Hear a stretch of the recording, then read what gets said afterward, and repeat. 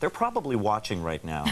They are very funny guys. Okay, well, let's just say it's a musical experience brought to new heights. I had a chance to speak with the Bare Naked Ladies just before they set off on their U.S. tour. Take a look. So we are high atop the CN Tower, a landmark, world landmark, of course, and I think they said about 351 meters in the air with the Bare Naked Ladies. I guess I have to ask you first, none of you are afraid of heights, right, coming up here? It's freaky. It is a bit freaky. You know what? I never had trouble with heights until I bungee jumped. Well, and why did you bungee jump? Well, I didn't have any trouble with heights, so I went bungee jumping. It was totally fun. But then you have the sensation of leaping off things. So then all of a sudden being on really tall things is freaky because it's like, woo! Yeah. You know you can do it. Yeah. I keep thinking of that ride where they take you up and then they just let it drop. Yeah, the drop zone. Flying down, yeah. I thought the elevator was going to do that just as a joke. We're just kidding. Can I ask you about the album and, of course, the hit single, because it's a great video.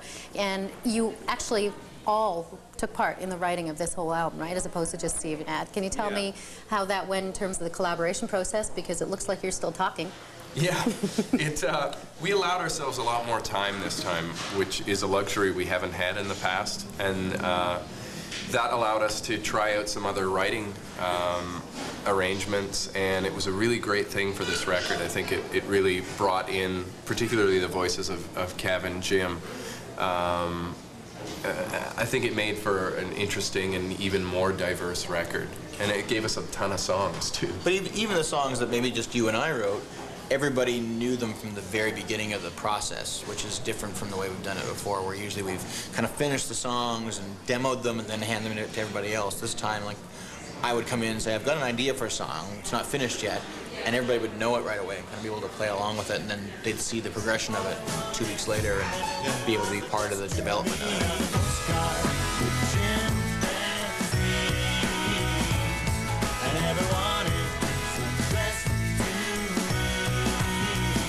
You did take longer to put this album together, and there were some pretty significant world events that were, you know, pretty much the backdrop of your writing. How did that affect your writing? How did it affect the album? You know, we didn't consciously set out to write an album with any kind of theme to it, but I think the things that I know I was feeling as a writer were frustration at feeling alone, in a sense that all kinds of decisions are being made without us.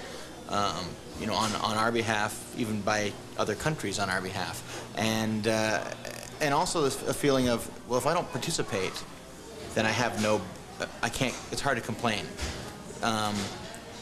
So whether those songs take place in personal relationships or in political relationships, they're kind of all about the same thing in the sense. But unintentionally, we look back at after it was done and went, oh, a lot of these songs are about isolating yourself from the people around you.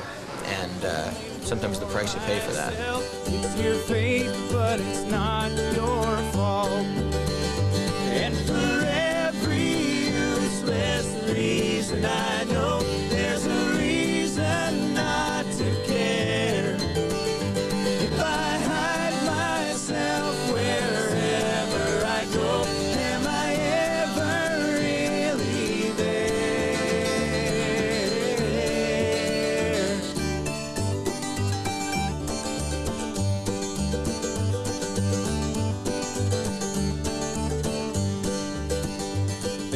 Nowhere else I would rather be, but I can't just be right here. An enigma wrapped in a mystery, or a fool consumed by fear. And for every useless reason, I know there's a reason. It was great fun to talk to them. They keep you on your toes. They were lots of fun. We wish them well on their tour. There's one little story that I want to mention that came out over the weekend. These guys, it was a 17-year-old football player in Rochester, New York, who was badly injured in September, broke his neck, spinal cord injuries, is in Chicago in rehab, and it's costing an awful lot of money. The Bare Naked Ladies have stepped in. They're going to do a private concert on Wednesday to help raise money for this kid's rehab, which is just amazing, and so much like the Bare Naked Ladies. Yeah, they're fantastic. And talented, obviously, as well. The new album is called Everything for Everyone. It's in stores now. You can't miss it, actually. They're all over the place if they're not sold out. Our musical morning will continue with Leanne Rimes. She's coming up.